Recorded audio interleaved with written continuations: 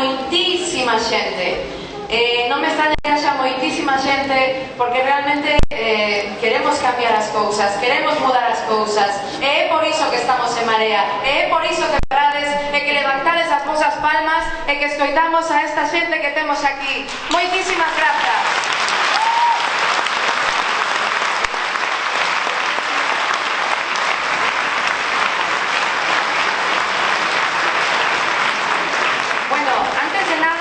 Pedíronme dentro que, por favor, se tendes os teléfonos móviles, que lle desconectedes os datos, de acordo, por unha cuestión de conexión que temos hoxe coa Coruña, así que pediríavolo, por favor, que fagades iso, se sodes tan amables. Bueno, eu teño que decirvos que eu nunca presentei un meeting, a verdade, pero estou encantada, estou ilusionada e estou emocionada de estar aquí e ofrecínme, estou porque creo na Marea, creo en todos vós, creo na cidadanía, creo en que se poden cambiar realmente as cousas se queremos, e por iso estou aquí.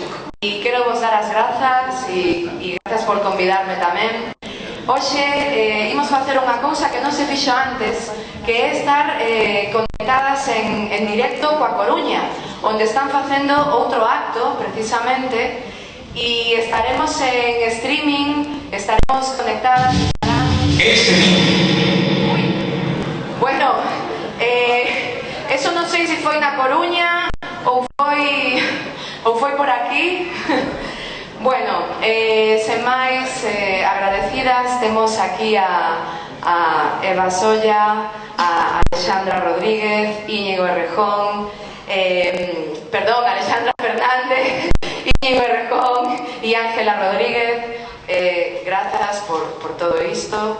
Estamos no Ecuador da campaña, todo está indo maravillosamente.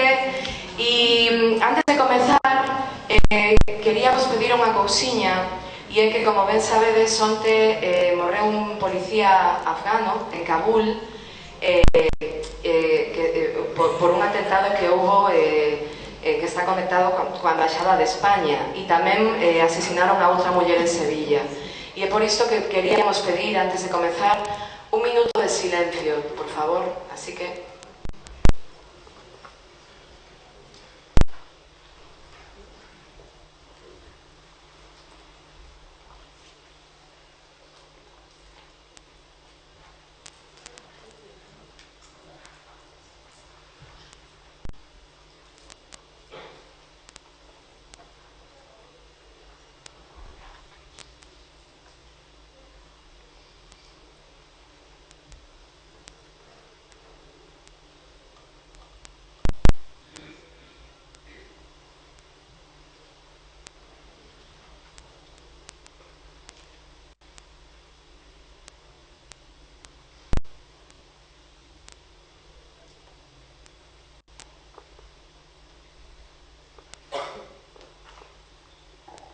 Moitas grazas.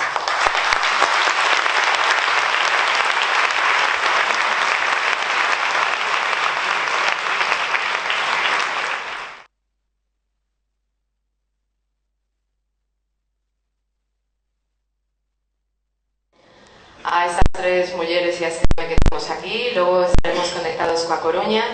Vai comezar a falar Eva Solla, que é a deputada de AGE no Parlamento de Galicia, así que un fortísimo aplauso.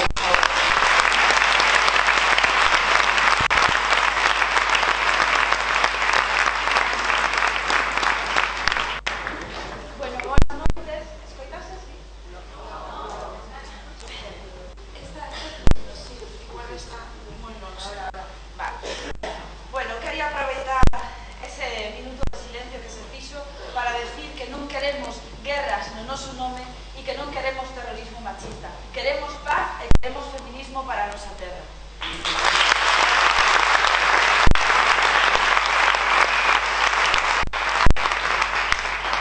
Para mí, na verdade, que moi especial voltar a intervir aquí neste teatro de García Barbón, non só porque sexa a miña cidade, sino porque a última vez que intervín aquí foi no miti de AGE de 2012, uns días despois eu era deputada, así que agardo que dé a mesma sorte a estas dúas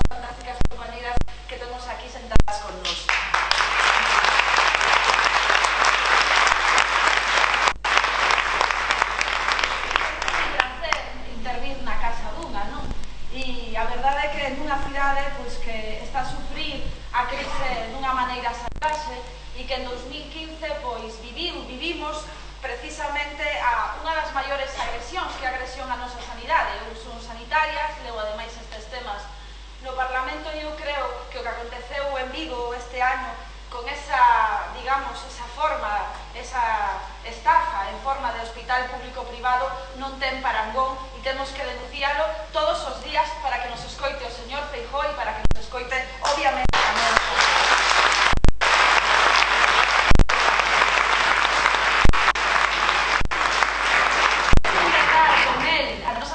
pública, nos agarramos de enterrar con él, igual que fixemos enterrando a señora Mosquera, conselleira de Sanidade, o señor Feijóo e evidentemente ahora tamén a Rajoy. Porque se isto existe é porque temos algunha lei por aí, temos unha lei que se chama 1597, levamos a súa derogación no noso programa, é unha lei que Partido Popular, Partido Socialista e os nacionalismos de dereitas puxéronse de acordo para aprobar así pola porta de atrás para poder privatizar a nosa sanidade. Vai no noso programa e eu estou segura que imos conseguilo, que con compañeiras como Alexandra e como Pam imos conseguir tumbar esa lei que privatiza un dos nosos dereitos básicos. O bipartidismo se alía para a privatización dos servizos públicos e eu creo que en Marea vai traballar para mudar todo iso. Os nosos servizos públicos son sostidos non por que mandan as administracións, sino polos nosos traballadores e as nosas traballadoras. En este caso, na sanidade, os traballadores e traballadoras de medicina, de enfermaría, esos celadores e celadoras que este ano tiveron unha luta exemplar por a privatización dos seus postos que destrue o que leva destruindo o goberno do Partido Popular. O señor Rajoy, dende a súa entrada, destruí 40.000 postos na sanidade pública, no Sistema Nacional de Saúde. 2.000 tocáronos en Galicia. É unha vergoña. E acaba, antes de irse, como sabedes, de maneira totalmente vergoñenta, de perpetrar varias medidas que van a deixar o noso gasto público regalado ás grandes empresas. No caso da sanidade, acaba de vincular o gasto farmacéutico ao incremento do Produto Interior Bruto. É dicir, que significa isto? Que deixa o orzamento sanitario en mans das grandes empresas da farmaindustria. Non o podemos permitir e para iso tamén temos que estar no Congreso das Deputadas e Deputados. Nos apostamos polos servizos públicos, o levamos no programa, é unha parte importante pola sanidade, pero tamén pola educación, polos servizos sociais e evidentemente tamén pola xustiza, porque tamén nos están retirando o acceso á xustiza. Vai no programa de Marea, pero queremos ademais que esos servizos públicos os poidamos financiar mediante impostos redistributivos, progresivos, como ferramenta de igualdade, ferramenta de reparto da riqueza. Vai tamén nese programa e queremos cousas moi interesantes. Queremos ademais nese programa, nesa parte relativa ás medidas fiscais, a loita contra a evasión fiscal, a eliminación desas SICAP que pagan un vergoñento 1%, mentres todas e todos nós, todos os que estades aquí, pagades, pois moitas e moitos, incluso máis dun 20%. E queremos, ademais, loitar contra a ilusión fiscal, que supoño que xa sabedes o que é, pero é eso que as grandes empresas chaman, pois de maneira eufemística, enxeñería fiscal, é dicir, paraísos fiscais e estrataxemas para pagar menos impostos, mentres os que estamos aquí, as clases populares, somos os que estamos a soster con nosos cargos todo o Estado e todos os servizos públicos. Non queremos que o señor Amancio Ortega financie a sanidade pública con donativos, con esmolas, con regalos. Queremos que se paga mediante impostos xustos e que paguen porque ten máis, porque é multimillonario.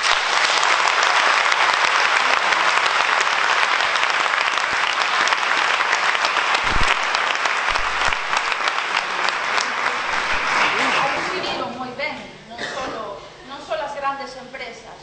Viviron moi ben durante todos estes anos, mentre derroubábamos a forres de toda unha vida os nosos maiores. Temos o exemplo desas preferentes tamén aquí en Galicia. Perdimos 7.000 millóns de euros con ese regalo que se fixo con a banca. O señor Rajoy presume, ademais, que se diminuiu a taxa de paro, non? O que non nos di é que, ademais,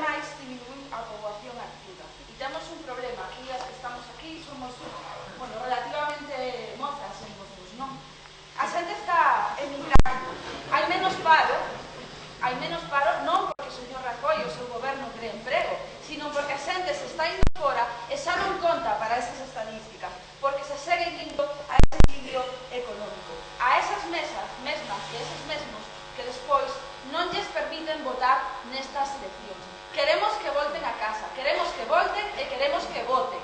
E por iso levamos tamén no noso programa e así o van a defender as nosas compañeras.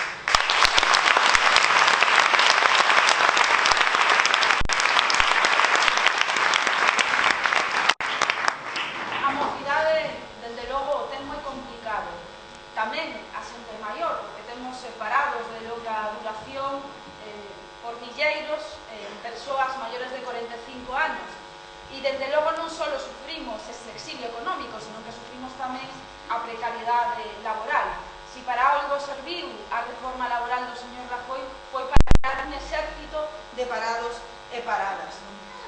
O 63% das persoas que agora mesmo teñen que ocupar xornadas a tempo parcial non o fan porque queren, o fan porque non atopan outra cousa. E desgraciadamente o grosso desas persoas son mulleres, somos mulleres.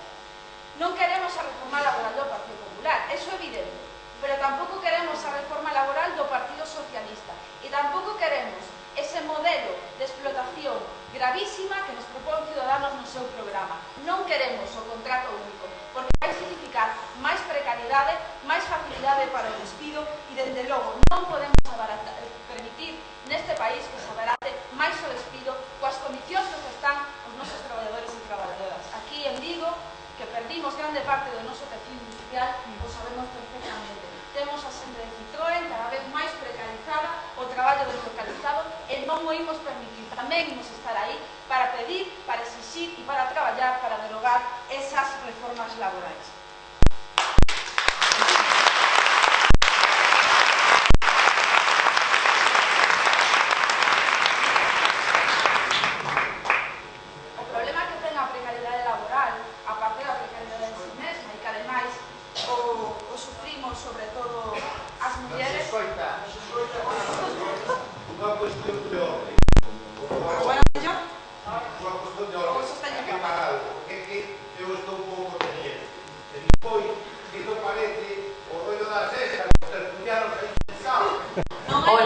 Hola, mira, pero non hai ningún problema.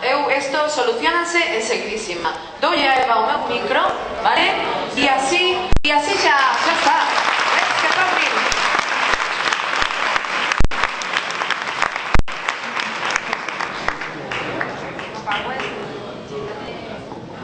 Bueno, disculpa, isto colga un pouco e a veces hai problemas con estas cousas, non é todo perfecto, afortunadamente, porque ninguna e ningún de nós somos perfectos, somos persoas normais como os demais.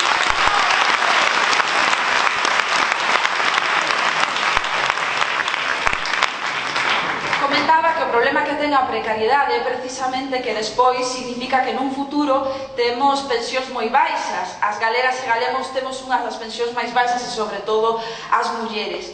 E, desgraciadamente, iso se ve acompañado con esa non aplicación da lei de dependencia, da lei de autonomía, que sufrimos cada día, ou levamos sufrindo nos últimos anos, desde a entrada do señor Rajoy. Temos en Galicia un 40% de persoas no limbo da dependencia, é dicir, xente que son maiores ou que teñen problemas de alguna tipo de diversidade funcional ou algún tipo de problema, e que, a pesar de que teñen ese grado recoñecido, non reciben os seus dereitos, os servizos os que teñen dereito. Nos comentaban outro día que durante este ano 2015 morreron xa en Galicia 1000 persoas agardando por esa prestación que xa teñen recoñecidas. Non hai dereito despois de toda unha vida cotizando todas e todos nós. E, polo tanto, imos estar aí tamén exixindo, e así vai no noso programa, que se aplique esa lei de dependencia e ter recursos. Porque, ademais, temos un problema. O goberno central debería estar a aportarnos grande parte deses recursos, pero non teñen vergoña ninguna. Dalles absolutamente igual as carencias e a situación que están a vivir a xente, as problemas reais que está a vivir a xente. Aportan só 20% e ademais permítense recortar os orzamentos en materia de dependencia. E iso que non pagan, que non solemos pagar? O solemos pagar as mulleres. Onde estiven tamén escoitando as compañeras un encontro que houbo de Marea en Compostela e o comentaba Pan, non, que éramos sobre todo as mulleres as que nos seguíamos facendo cargo desas tarefas de cuidado, non? E polo tanto os recortes en dependencia nos afectan sobre todo a nós. A nós, que ademais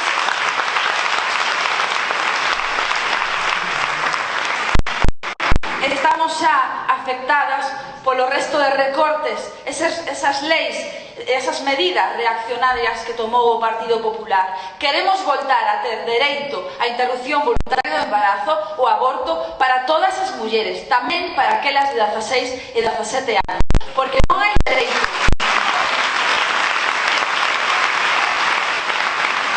a que sexan outros, uns señores, os que decidan sobre o noso corpo.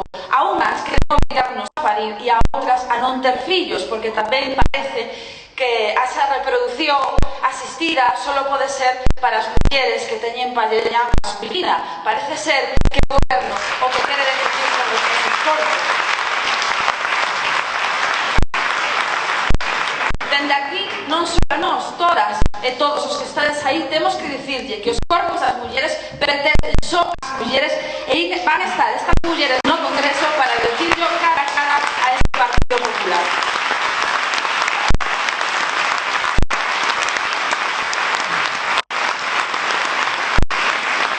Obviamente, vou rematando xa, non queremos esa complicidade co machismo. Non queremos complicidade co machismo, coa corrupción, nin co clientelismo.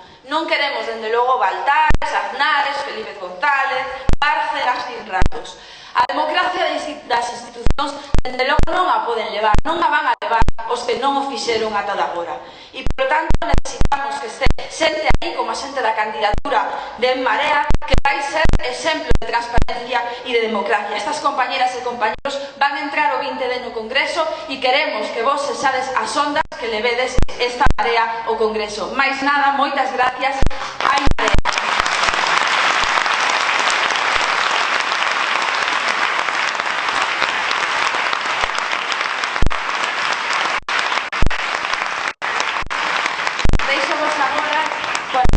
Compañeira Ángela Pan, número 2 da candidatura de Marea por Pontevedra.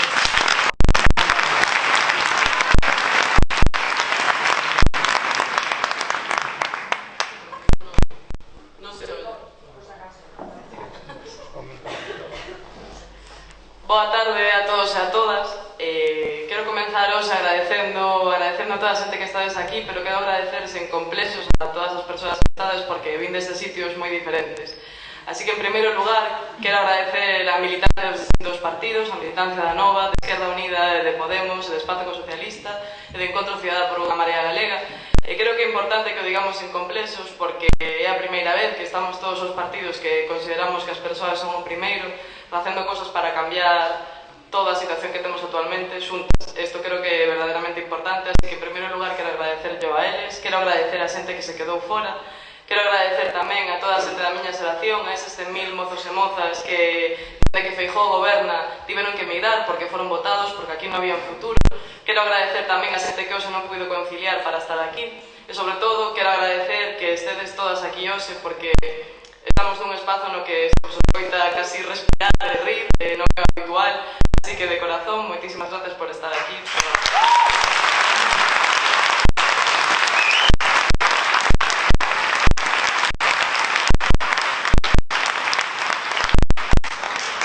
Estamos Eva, Alessandra, Íñigo e eu hoxe aquí en representación de moitísima xente, da nosa xente, de representación vosa.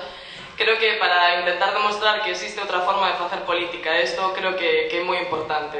E como é moi importante, cada detalle do que facemos conta, cada detalle conta.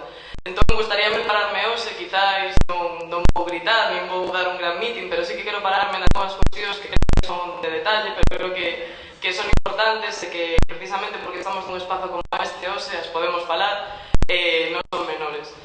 Creo que o primeiro é que quen fai esta política. Eso é importante, quen fai esta política. Facemos a xente normal. Eu Gústame dicir, é irónico, dicimos moitas veces o día Alexandra tamén, que bueno, é casi como irrisorio que sendo mulleres, sendo novas, eu aparte sou filósofa, teño como un montón de cuestións que me deberían de facer estar na marca da sociedade completamente, dende logo non ocupar o espacio político. En cambio, aquí estamos, intentando facer as cosas que outros facían por nós.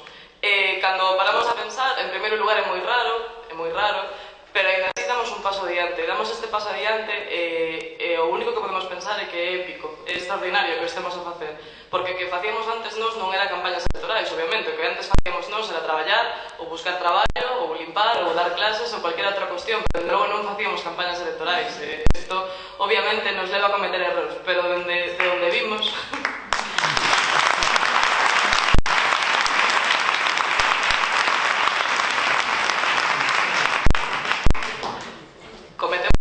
cometemos erros, os micros non funcionan nesta campaña que vai a próxima década, pero da igual, porque realmente somos conscientes de que o sitio onde vimos ese momento no que nos dimos conta de que había unhas élites financeiras que simplemente se quedaron con todo o que era noso. Somos nós os que vivimos na nosa pel o fracaso dese goberno que se convertiu a sí mismo nunha élite financiera e que simplemente non podemos soportar máis. Entón decidimos dar ese paso adiante ás persoas normais, e cando decimos normais, dicimos as que antes non estábamos facendo campañas electorais, estábamos de espectadoras, e damos un paso adiante. Damos un paso adiante porque queremos dar a cara por cada unha de vos e cada un de vos que o facedes cada día anónimamente. E queremos dar un paso adiante, e o facemos en Marea esta vez porque pensamos que, por unha vez, esta vez, ten que ser o pobo que máis ordene.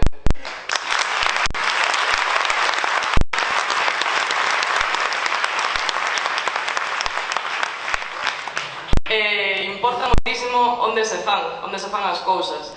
Outro día tivemos un acto na Estrada, que é un pobo moi pequeno, que nós pensábamos que, bueno, estaba con outras compañeras, pensábamos que ia ser un acto nun teatro, porque nos dixeron que iba a ser un teatro, e non foi nun teatro, foi na parte de atrás do teatro, cunhas sillas de praia, cunha mesa de praia, e un cartel pegado con celo detrás. Entón, bueno, aí como...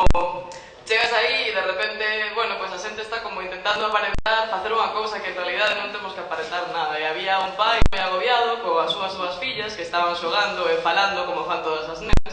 E o pai non paraba de dicirlle cala.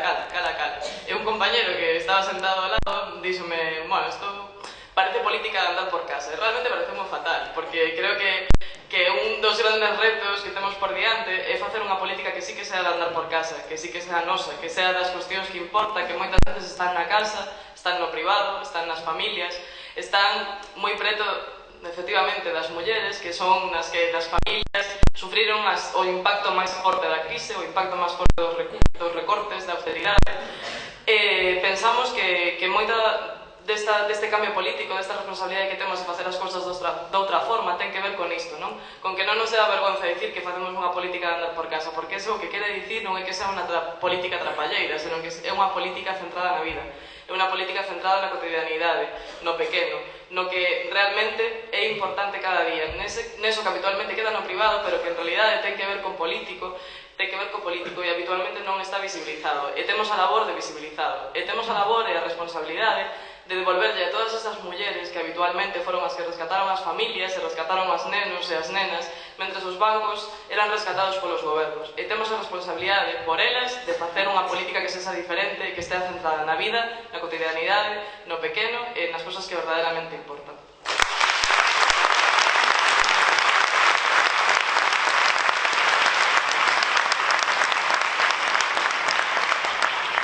Por facer esta política que ten que ver con moitas cuestións que están no ámbito máis da cercanía, máis do íntimo, máis do que habitualmente creemos que non ten que ver coa política. Moitas veces isto son exemplos, non? Pero están aí e son importantes. Que as mulleres teñamos que pasar moitísimas máis horas coidando dos nosos maiores, hai veces que non o relacionamos directamente cunha cuestión estrictamente política. Iso son todas as cuestións que Eva nomeaba antes. Temos que facer unha política que se entenda, temos que facer unha política na que non haya nin gritos, nin enfados, sino que haya alegría e que haya cercanía. Por eso, espazos como este son tan importantes. Eu levo toda a campaña facendo unha folga contra os mítines, porque non os soporto. E creo que é importante que empecemos a cambiar os espazos nos que se fan a política. Se queremos cambiar a política, temos que encontrar espazos nos que podamos participar, nos que os nenos e as nenas podan estar, nos que vos, que estades aí, estiverades aínda máis cerca, e non houbera este escenario, non houbera unha barrera. E poidéramos estar tocándonos, e poidéramos estar falando das cuestións que verdadeiramente importan. Porque creo que outra das cuestións, aparte de recuperar as familias para a política da xente, tamén temos que recuperar cousas como a ilusión, a emoción, o amor, e un montón de cuestións que parece que xa non forman parte do ámbito do público, xa non forman parte do ámbito da política, e creo que son nosas, temos que volver a poñelas no centro das nosas vidas, no centro das nosas políticas.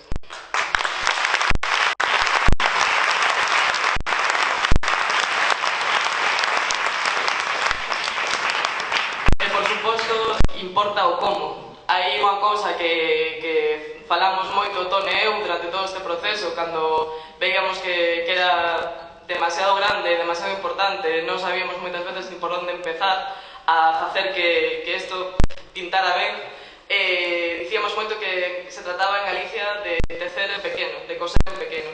Dicíamos isto porque pensamos que cando as cousas verdadeiramente importan, témolas que deixar moi ben atadas, como se cada punto importara, como se estiveramos pintando un cuadro e cada pequena parte dese cuadro tivera que estar perfectamente detallada.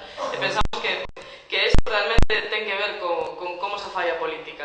Este tecer en pequeno, este tema da conciliación, da cooperación, do diálogo, era o que íamos traer hoxe a este tipo de acto, que é un intento que vemos que está en proceso, que está vivo, que non todo sabe ben, pensamos que é importante intentarlo, e ten que ver precisamente con dialogar os lugares onde se fai o pequeno, que son as cidades, as vilas e os povos onde xa comezou o cambio en maio este ano.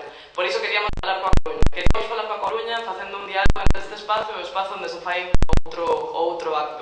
Este teatro, seguramente moita da xente que estades aquí, os sabedes mellor que a min, foi un teatro que se construiu no século XIX, os vigueses e as vigosas, porque querían ter un sitio onde facer teatro, un sitio no que ter cultura.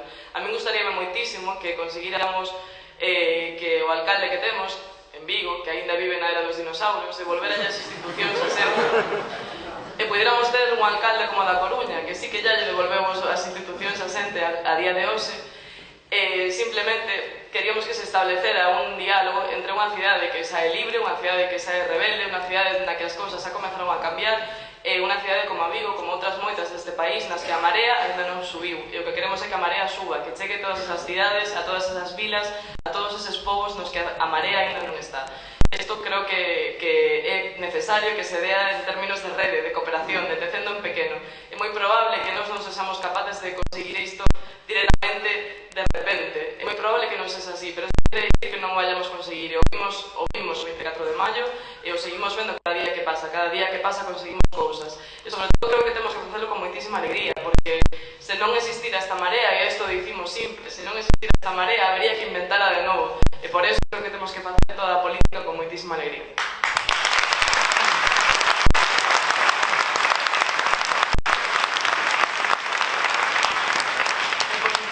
Por suposto, temos que facer con moitísima responsabilidade, porque agora sabemos que se poden conseguir cousas cando nos sentamos todas xuntas e tomamos decisións en común e o facemos con responsabilidade.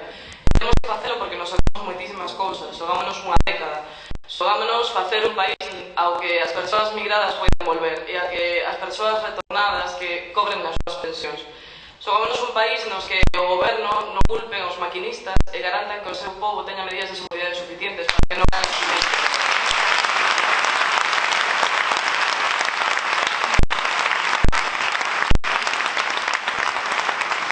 Xogámonos un país no que ten unha sanidade pública onde teñamos material, onde non teñamos que facer listas de espera, onde non teñamos gusanos nas sopas, como en Álvaro Cunqueiro, e onde a xente simplemente poida estar coidada cando necesita. Xogámonos un país en Feijóo, en Baltares, en Marcial Dorado. Xogámonos un país en Agurtes, en Apúnicas, en A Carioca, en A Pikachu, en A Pokémon, sin A Zeta, sin todas esas cousas que non queremos ter nun país que é para a súa xente. Xogámonos un país en que todas as persoas maiores, como o padre de Rajoy, podan estar ben coidadas cando precisen.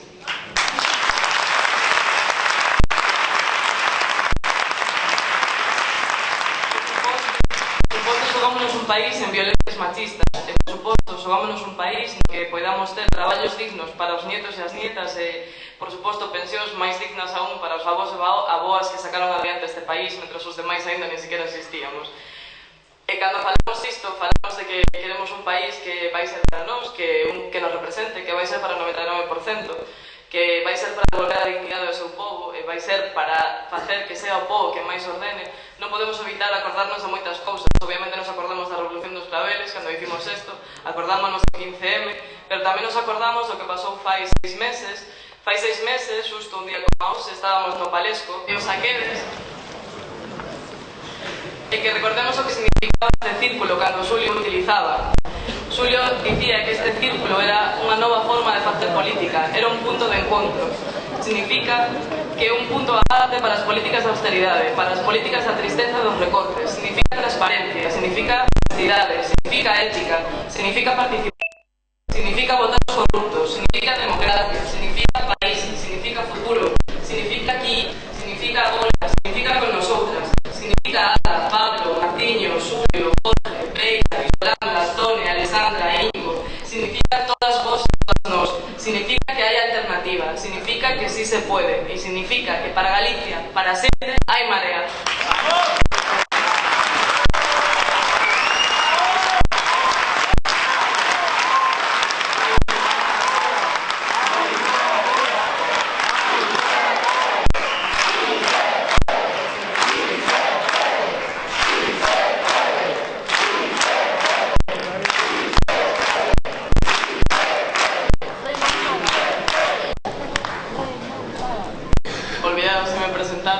Creo que non hai palabras para presentalo, pero dende logo é unha honra e unha maravilla poder ter con nosos a Íñigo Errejón, que nos acompaña en todo este proceso, así que compañero.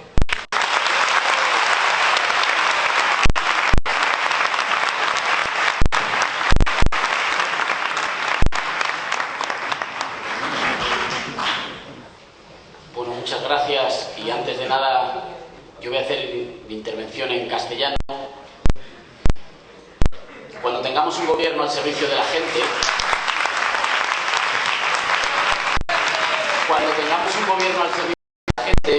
que reconozca que somos un país de países, seremos todos un poquito más cultos y un poquito más ricos, y podremos regresar aquí ya en nombre de un gobierno en el servicio de la gente, haciendo esta charla o haciendo esta intervención en galego.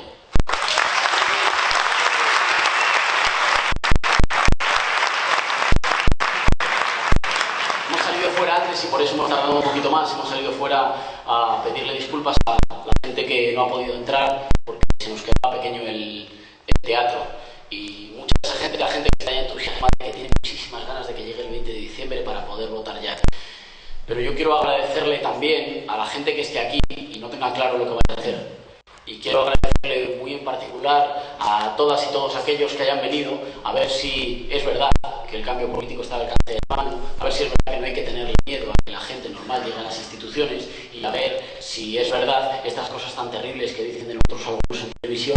Por el contrario, a lo único que le tenemos que tener miedo es a que las cosas sigan igual. A toda esa gente, a la gente que esté aquí y que haya venido a escuchar y que haya venido a ver si es verdad y luego a contrastarlo con sus familiares, con sus amigos, muchas gracias de corazón por estar, y lo asumimos como una tarea, como una responsabilidad, pero también como una honra. Es nuestro trabajo y es nuestra responsabilidad seguir explicando las razones y las propuestas del cambio político, seguir tendiendo la mano para construir una mayoría nueva que nos devuelva las instituciones.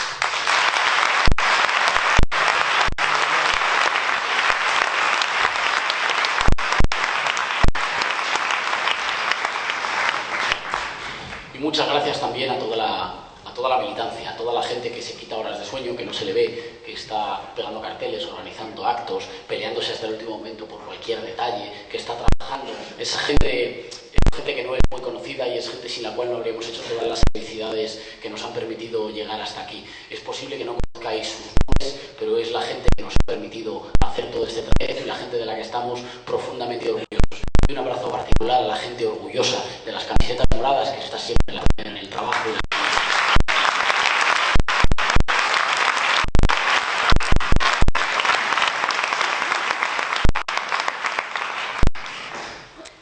Comentaba Pam que efectivamente una parte de los actos muestran que si hay algo que ha cambiado en la política es que llega mucha gente normal, que no viene de la política profesional y que decide dar un paso. ¿Y por qué decide dar un paso? ¿Decide dar un paso porque en la política se gana más?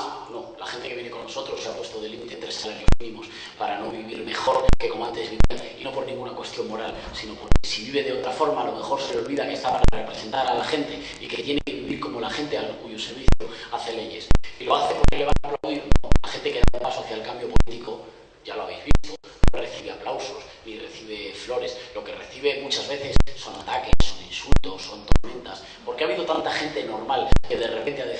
dar un paso hacia el cambio político y hacia la militancia? ¿Por qué ha habido tanta gente que se ha visto obligada a hacerlo? Pues muy sencillo, porque hemos visto que durante mucho tiempo nos gobernaba gente que no tenía nada que ver con nosotros. Es más, nos gobernaba gente que nos había perdido el respeto. Así que nos gobernaba gente que hacía leyes sobre pensiones públicas congelándolas porque tenía planes de pensiones privados.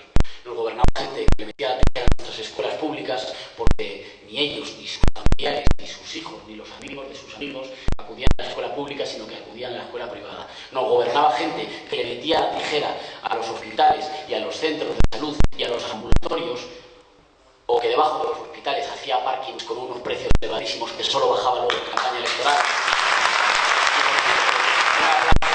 La gente que defiende nuestra sanidad pública y a la gente que defiende nuestro patrimonio. ¿Y por qué hacía eso? Porque después tenía sus seguros privados de salud. O nos gobernaba gente que hacía reformas laborales para que fuera más barato despedir, porque ellos simple y llanamente nunca han ido a una entrevista de trabajo. No saben lo que es ir al trabajo, no saben lo que es buscarse un trabajo, no saben lo que es montarse una pequeña empresa, no saben lo que es tener que apretar para sacar una familia hacia adelante, no saben lo que es tener que hacer cuentas al final de mes para que cuadren las cuentas y para que se puedan cumplir todas las necesidades básicas. Y como resultado de que nos gobernara mucha gente que no se nos parecía y que gobernaba lo de todos, pensando exclusivamente en los intereses de ellos y de sus familias, nos fuimos dando cuenta que nos habían ido dando un golpe de Estado pequeñito, que se producía todos los días. Era un golpe de Estado para el que no había tanques, ni había marchas militares, pero era un golpe de Estado que consistía en que los constructores, los especuladores y los corruptos les daban sobres y les pagaban las campañas electorales y después conseguían las concesiones de las obras públicas, y después conseguían la privatización de nuestros servicios públicos y después conseguían que se hicieran reformas laborales para que fuera más barato despedir, para que hubiera menos derechos en el trabajo y para que trabajáramos los mismos pero por menos dinero y en peores condiciones. Cuando mucha gente normal y decente se empezó a dar cuenta de que este pequeñito golpe de Estado que estaba sucediendo todos los días nos estaba robando las instituciones y nos estaba robando la democracia, hubo mucha gente que dijo: estoy harto de estar harto, estoy harto de quejarme, estoy harto de confiar en unos, y cuando me defraudan después ir a buscar a los otros, y cuando me defraudan volverle a votar a los unos, y ahora ya no les pido que cambien porque nos hemos dado cuenta que los de arriba no cambian y sus partidos no cambian. Hace falta que sea la gente decente la que dé un paso adelante para obligarles a hacer un paso para que abran puertas y ventanas en las instituciones. Cuando decimos que eso hace falta, ha habido quien nos ha repetido varias veces que eso es porque queremos tirar abajo todo lo que se ha construido y todo lo que construyeron nuestros mayores. Estamos diciendo exactamente lo contrario. Estamos diciendo que si dejamos que los de siempre, con el partido A, con el partido B, o con el partido que es igual que el partido A y que es igual que el partido B, pero que se ha pintado de naranja, que si les dejamos gobernar,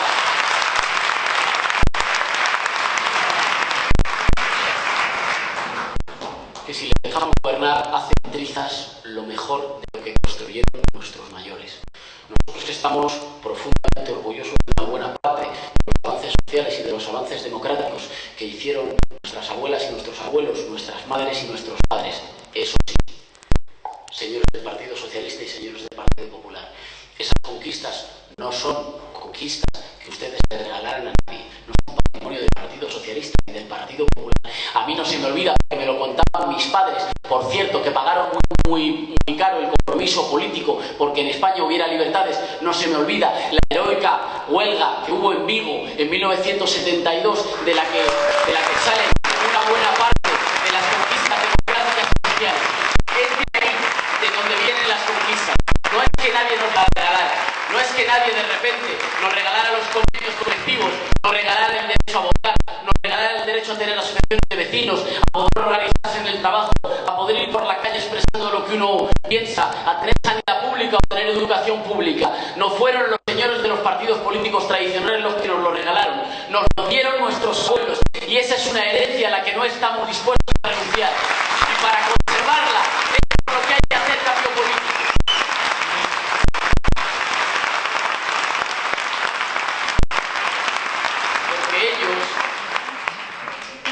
Ellos se dejaron la piel por un acuerdo de país. Era un acuerdo en el que no todo les gustaba. No consiguieron todo. No conseguisteis todo aquello por lo que peleasteis. Pero dijisteis: bueno, yo he podido llegar hasta aquí. Y a lo mejor después de mí mis hijos, mis hijas, mis nietos o mis nietas pueden empujar un poquito más. Bueno, yo llegué hasta aquí, mira, no fue perfecto, pero era muy difícil, había mucho miedo, no siempre se podía avanzar, hicimos lo que pudimos. Pero ahora le dejo, como deja la gente decente, a lo mejor a mis hijos y a mis hijas, no les dejo en herencia muchísimos pisos o muchísimas cuentas corrientes o una diputación, como algunos dejan en herencia a sus hijos. Lo que les estamos dejando, lo que les dejo a mis hijos y a mis hijas es una herencia conformada por derechos, por instituciones y por garantías que asegure que ellos, si se esfuerzan, si no les piden mucho, a lo mejor pueden tener una vida un poquito mejor de la que tuvieron nuestros mayores, a lo mejor pueden avanzar un poco más y sufrir menos desprecios y tener menos explotación y tener menos carestía y tener una vida digna y poder empujar un poquito más. Nuestra gente cumplió ese acuerdo de convivencia, no fueron ellos los que se lo saltaron y los que rompieron. Nuestros abuelos y abuelas se dejaron el lomo y cumplieron con todo lo que estaba escrito en ese acuerdo. Y ahora muchos de ellos tienen que ir a despedir a sus nietos a los aeropuertos o les tienen que acoger en casa porque no tienen para pagar sus alquileres. Nuestra gente cumplió. ¿Quiénes son los que no cumplieron el acuerdo de convivencia? Los que no cumplieron el acuerdo de convivencia son quienes se creyeron demasiado importantes y demasiado poderosos como para someterse a la ley. Así que se pusieron por encima de la ley. Así que convirtieron las instituciones en chiringuitos para ellos y para sus familias. Así que algunos de ellos decían estar al lado de la gente durante las campañas electorales y después le recompensaban los poderosos en consejos de administración de las grandes empresas porque habían hecho las leyes al servicio de los poderosos. Nuestra gente sí que cumplió. Quien ha roto el acuerdo de convivencia, quien ha roto el pacto de convivencia, quien se ha convertido en una verdadera amenaza para el desarrollo de nuestras condiciones de vida y para el desarrollo de nuestro país, han sido los de arriba. Y después de mucho tiempo de pedirles en vano que cambiaran, que se autorreformaran, que nos tuvieran en cuenta, les aprendimos la lección. Así que cuando nos decían, muy burlones, qué fácil es protestar, formen un partido político y preséntense a las elecciones, en eso sí que les hicimos caso. Y ahora hay algunos que se están abriendo.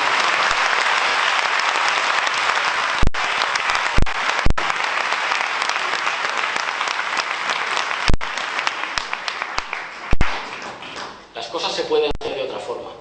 Hemos probado un modelo de salida de la crisis que no nos ha sacado de la crisis, que nos ha convertido en un país más desigual, más injusto, más endeudado, con una base económica y productiva mucho más estrecha y mucho más dependiente y por tanto con un futuro mucho más negro y mucho más complicado. Y no se sale porque estas políticas que se han puesto en práctica son políticas fracasadas. Hay que hacer exactamente lo contrario. Cuando se prueba una cosa durante demasiado tiempo y no funciona, hay que cambiar de orientación. Cambiar de orientación empieza por decir que el problema por el que hay desempleo, el problema por el que hay precariedad y por el que hay pobreza, no es porque sea caro despedir.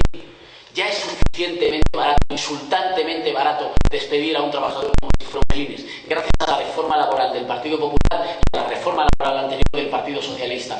¿Por qué no se contrata más? Porque la gente consume menos. ¿Y por qué la gente consume menos? La gente consume menos porque tiene menos dinero en el bolsillo, porque los salarios se han congelado o porque los recortes en servicios públicos hacen que nos gastemos más en lo fundamental. Solo salimos de esta si protegemos los salarios, protegemos el empleo de calidad y competimos por arriba y no por abajo. Cuando decimos proteger los salarios, decimos aumentar el salario mínimo interprofesional a los 800 euros los primeros 2 años de la legislatura y decimos proteger las condiciones de trabajo con derechos y con convenios. Y por cierto, recado a alguien que dice que es del cambio y que nos recuerda demasiado a otro señor también con muy mala leche, pero en este caso con bigote. Señor Rivera, el salario que hay que aumentar no es el del presidente del gobierno, como dice usted, es el salario mínimo de nuestros trabajadores para que puedan volver, porque solo así hay empleo.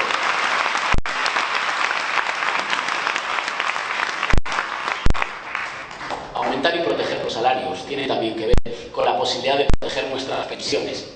Ahora el señor Rajoy ha dicho que para proteger las pensiones lo que hay que hacer es ofrecerle a nuestros mayores que puedan trabajar más tiempo todavía y así tener una rebaja de impuestos. No, señor Rajoy, no es así.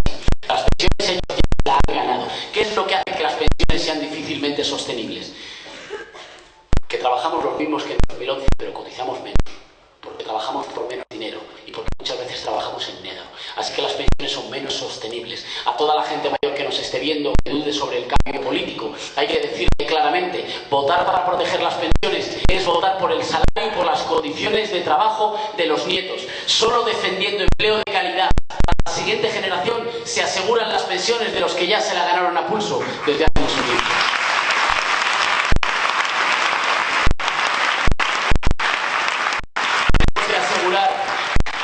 Tenemos que asegurar un plan de protección para los autónomos y para las pequeñas empresas. Los autónomos no pueden pagar lo mismo con independencia de lo que ingresen cada mes. Tienen que tener una cuota flexible que haga que paguen en función de lo que van ganando cada mes. Y por cierto, que no paguen la cuota si cotizan ese mes porque les ha ido mal por debajo del ingreso mínimo, por debajo del salario mínimo. Necesitamos habilitar una ley de segunda oportunidad para las pequeñas empresas. ¿Qué tipo de país, qué tipo de sociedad vamos a construir? Una en la que solo tiene una segunda oportunidad, solo tiene derecho a intentarlo otra vez quien arruine y quien hunde un banco, quien arruina una autopista o quien arruina una cadena de residuos nucleares. Necesitamos una ley de segunda oportunidad para la gente que sí que ha mantenido el país a flote, para la gente que a lo mejor se ha caído, que se ha tropezado, que le han ido mal las cosas. Necesitamos instituciones que le digan: ella ha rescatado durante mucho tiempo a los privilegiados. Aquí tienes la mano, te voy a ayudar a que te vuelvas a levantar con crédito público, ayudando y protegiendo el consumo para que puedan abrirse más negocios y más emprendedores, trayendo de nuevo a nuestros jóvenes de vuelta a casa con una política de inversión en I+D+I que no nos haga enrojecer de vergüenza, viendo cómo nuestra generación más preparada tiene que irse a patentar, a inventar o a trabajar fuera, a Alemania, a Londres o a Madrid.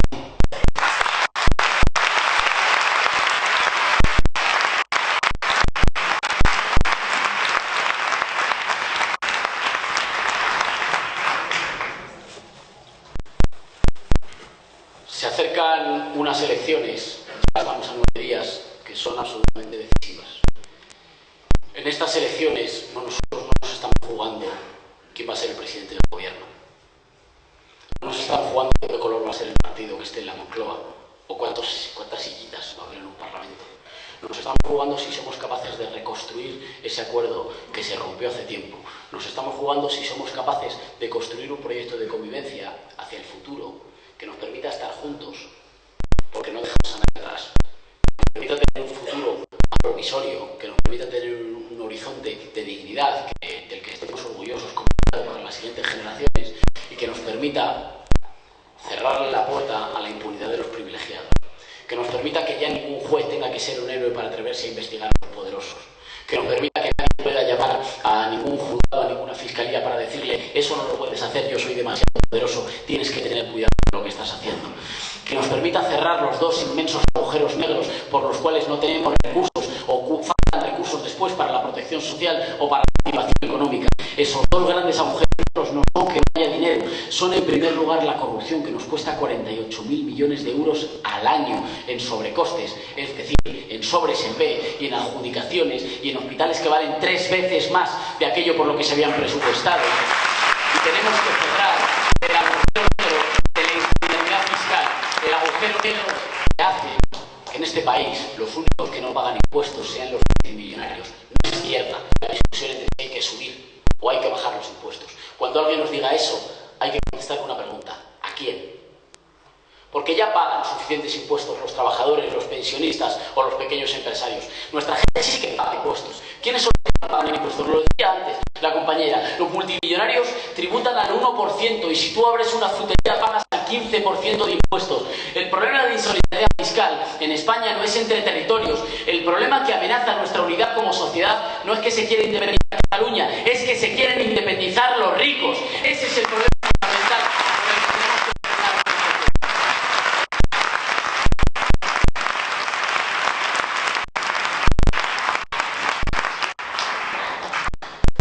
Quedan 9 días de una campaña electoral en la que hemos visto muchas cosas.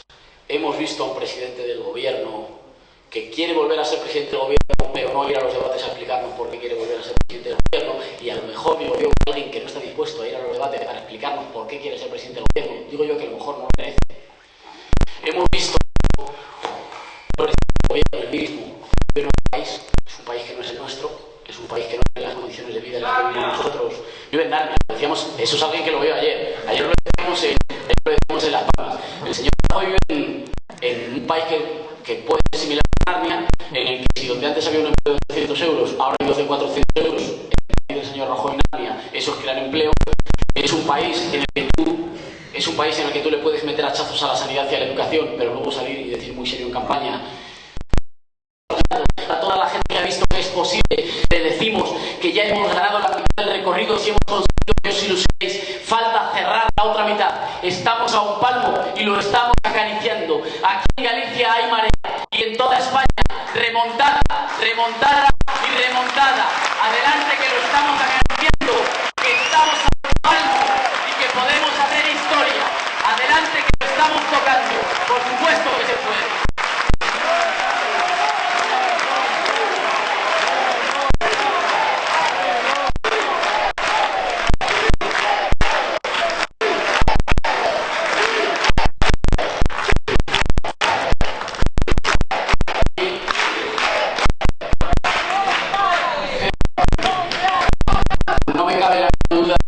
De que hay remontada, que hay marea, de que Galicia, que ya abrió las puertas del cambio político en las elecciones municipales, va a abrir las puertas del cambio político en todo el Estado español en las próximas elecciones del 20 de diciembre. Lo va a hacer ganando las elecciones aquí, lo va a hacer ganando las elecciones en Pontevedra y lo va a hacer colocando, entre otras, a estas dos magníficas compañeras como las que tenemos. Os dejo con nuestra cabeza de lista por Pontevedra, os dejo con Alessandra Fernández. Por supuesto que sí.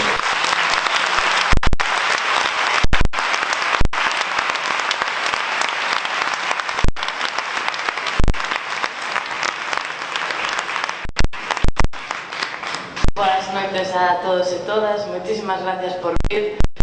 Hoxe recuncamos aquí porque onte tamén estivemos en Vigo. Eu que son de Vigo, estou contentísima de estar 2 días na casa.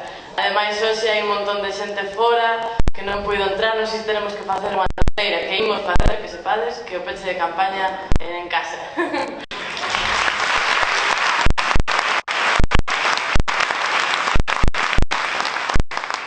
Gustaríame hoxe intentar transmitir no que consiste este proxecto, un xogo de espellos. Quería empezar, hoxe imos ter os compañeiros da Coruña en streaming. Eu creo que este primeiro espello no que vernos, que na Coruña, co procesos municipalistas hai un ano, tanto en Vigo como en Coruña, empezamos a traballar xuntas, barrio a barrio, e creo que este espello é a conexión tamén do Berbés a Monte Alto, de Teis aos Mallos, de Coña a Albiña, de Navia ao Mesoiro, barrio a barrio, municipio a municipio, construímos unha marea. E quero tamén empezar a falar de espellos porque Marea é un proxecto colectivo e que nace do traballo común, do recoñecemento mutuo, do traballo de vernos a diario os ollos, da cooperación, da ética, dos afectos, da igualdade. Marea nace de todo este movimento que se deu a partir das municipais, onde recuperamos todas estas palabras que son tan necesarias pero que estaban tan esquecidas, non? Esta candidatura tamén está chea de xente maravillosa, esas que creo que tamén conto en valor. A mí me gusta falar dunha persoa que para min é especial neste proceso, que é Marga López, que é a nosa concelleira da Marea de Vigo, e as 3 concelleiras.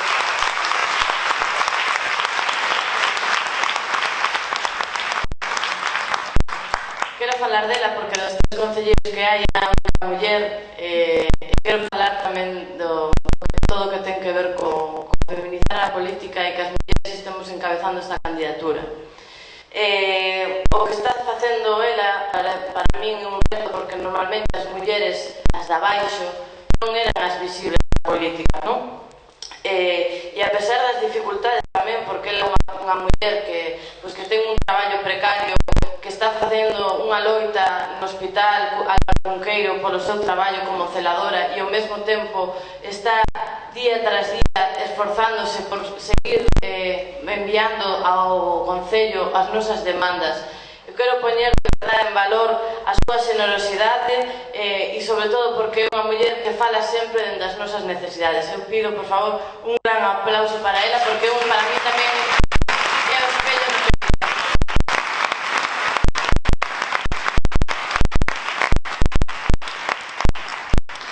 Ela sabe o difícil que é para a xente do común dar este paso e expoñerse a esta forma de facer política que nos vendada, que normalmente ten que ver con medios de comunicación que falan incluso ás veces nunha linguaxe moi bélica, e como sempre hai unha especie de competición, e nós o que queremos tamén é outra forma de facer política, de sentarnos aquí que sexa máis que teña que ver con a cercanía, non tanto o rollo meeting sino esta outra forma, e creo que é importante recalcar que, por exemplo, veño dese espacio da Marea de Vigo, aprendemos a traballar desa outra forma, non? E que ás veces dar este paso a esta exposición é complicada, e que por eso vos pido que sigamos construindo este proceso como estamos facendo nas municipais, cos afectos, tecendo rede no día a día, porque eso é o espello outra vez no que mirarnos, toda esa rede de afectos. Porque ademais temos que dar paso hoxe, nos vemos obrigados en as municipais, partimos da ilusión, pero agora temos o deber de continuar con esa ilusión, porque os gobernos municipais moitas veces vense pequenos, porque están encorsetados con leis da reforma municipal, non lle permiten exercer o goberno todo o que deberían, e precisan tamén levar esa voz ao Congreso. E nós vimos aquí tamén a darlle continuidade a ser capaces de seguir con este proceso de cambio. E ademais, Marea tamén retroalimenta ao que estaba pasando durante un ano na Marea de Vigo, porque eu vos animo a toda a xente que estáis aquí a que sigades sumando forzas nesas asambleas no traballo do día a día na Marea de Vigo. Me gustaría tamén recordar que outro espello importante para vernos hoxe aquí é o espello da historia. Somos conscientes de que se abriu unha xanela de oportunidade, un momento histórico como nunca se vira nos últimos anos.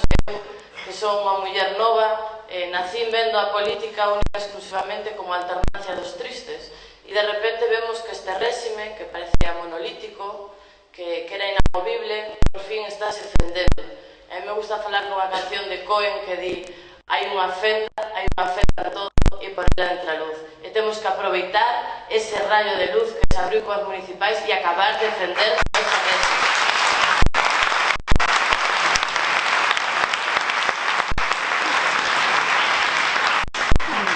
O que non podemos facer é deixar que se peche en falso, porque para eso tamén temos ese espello da historia e sabemos o que pasou no 78.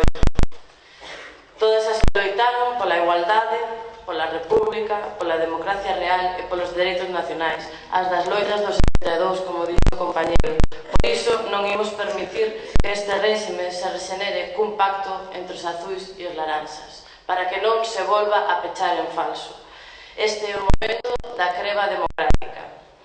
O que nos pulamos é por unha economía ao servicio da cidadanía, que primeiro que teremos que facer urxentemente, vamos por un proceso democrático, pero a medida urxente primeira é derogar o artigo 235, porque é un insulto á soberanía popular, e porque non se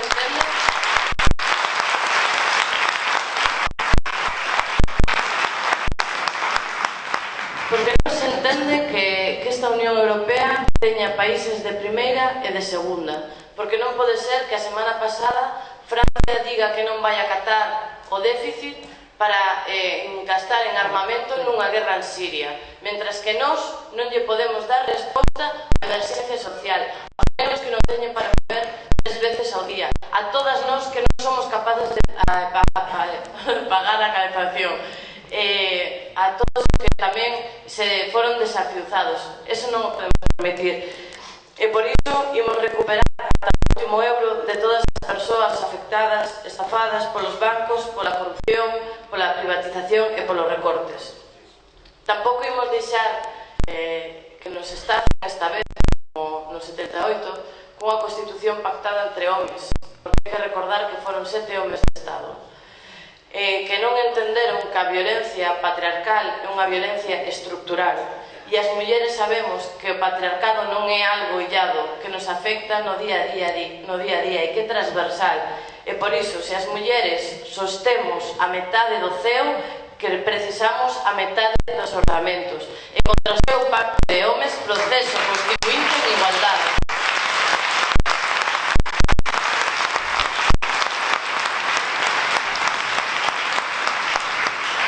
todos sabemos que si realmente queremos loitar pola igualdade de xénero, que fai falta, en vez de escribir en papel mollado, que fai falta de dotar de recursos, de prevención e atención ás víctimas, e non como fai o Partido Popular, que criminaliza precisamente as víctimas. Eso tampouco imos soportar. E non imos deixar que nos engañen unha democracia de baixa intensidade. Non nos vale con votar cada 4 anos. O 20D imos rescatar a democracia, porque ante as súas políticas respondimos e saímos ás rúas, o nunca máis, o 15M, o non á guerra, e queren paralizarnos coa lei Mordaza.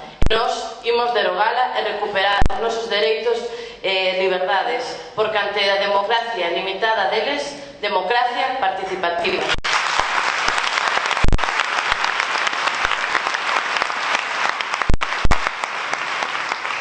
Queremos unhas institucións abertas, transparentes, por eso imos con un código ético, por eso eu insisto tanto no proceso, no día despois, que quero que siga habendo esta rede detrás, que nos pida contas, que dentro dos meses nos digades que fixechedes no Congreso, que sirvamos para dar a voz, que sirvamos para ser realmente tender pontes cara aos colectivos. Por todo iso, ademais porque a participación e a transparencia é a mellor forma de loitar contra a corrupción, temos que ir por unha democracia participativa. E o pobo é que máis ordena, xa dixo Pam antes, e nós tamén, como galegos e galegas, igual que o resto dos territorios, temos dereito a decidir o que queiramos ser, porque é o democrático, porque a solución ao problema nacional dentro do Estado español só pode vir co dereito a decidir libremente dos povos. E para decidilo todo, a xente que estamos hoxe na candidatura non podemos ser máis que o espello de todas vós. E volvo a insistir na cuestión do espello, porque sin vós aí diante nos non somos nada. Sin todo o proceso das mareas municipalistas non se entendería marea. Sin todo o proceso desa loita histórica non seríamos nada. E por iso vos volvo a repetir que tedes que participar, que nos tedes que acompañar no proxecto, que isto se construe no día a día, camiñando xuntos e xuntas, e para todo iso, por todos vos, por todas nós, o 20D e vamos en Marea.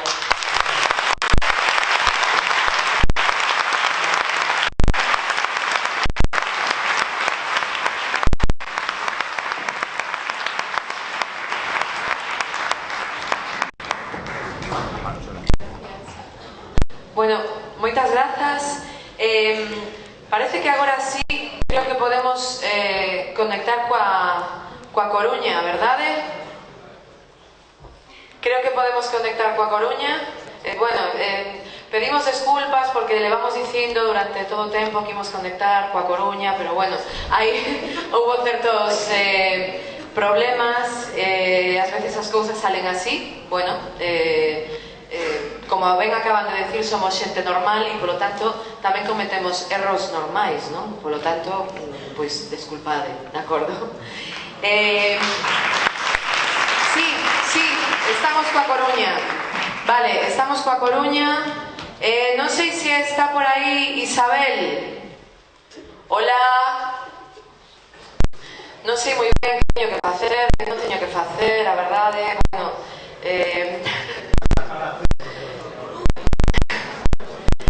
que espere.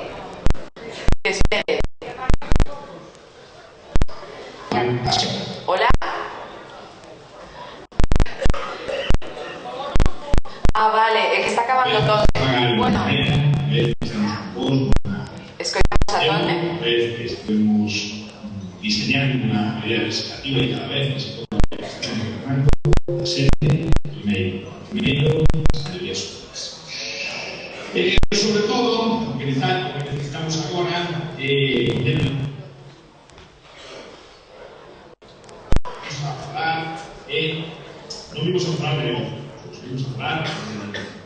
vimos a falar de capitalismo verde, vimos a falar de sustentabilidade, non vimos a falar de dullas inmobiliarias, vimos a falar de dereito a vivenda, vimos a falar en definitiva de Marea, que os competentes maneiras das marchas de Madrid, paro, traballo e tempo, ou que se pode dizer de outra forma, dereitos humanos, vida digna, todos, para todas, e ben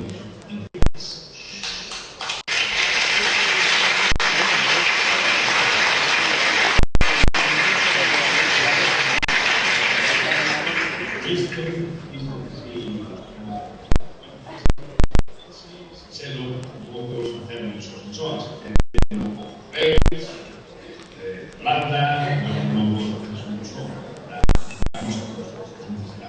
necesitamos vos ayer, necesitamos vos apoio, a bolsa, enerxía, necesitamos de todos vosotros, pero sobre todo necesitamos que esta vez saibades que contamos con vos, porque non podemos permitir ninguna vez máis que a xente normal, a xente como Aurelia Rey, a xente como Alfonso Pascuñana, a xente como Nicanor, sigan excluídas da vida política institucional.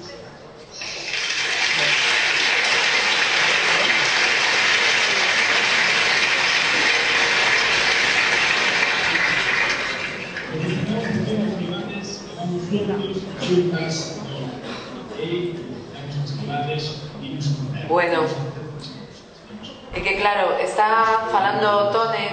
Na Coruña hoxe estaba Martiño Noriega, Yolanda Díaz, Xosé Manuel Beiras, Xulio Ferreiro e Tone, que é o que está falando, Antón Gómez Reino. Supoño que non estades escoitando moi ben, verdade? Ademais, a nosa intención era que un pouco puidésemos conectar e falar pois tanto Eva como Alexandra, Íñigo ou Pan, que puidesen falar con eles, manter algún tipo de conversa por ese espello que ben mencionaba Alexandra, non? E esa conexión de tecer redes, tecer mareas, como é o caso que estamos facendo aquí. Estamos tecendo a gran marea galega, estamos en Vigo, estamos en Coruña. Bueno, finalmente parece que non puido ser. Moitísimas grazas de verdade por falarnos desde o corazón e desde a honestidade.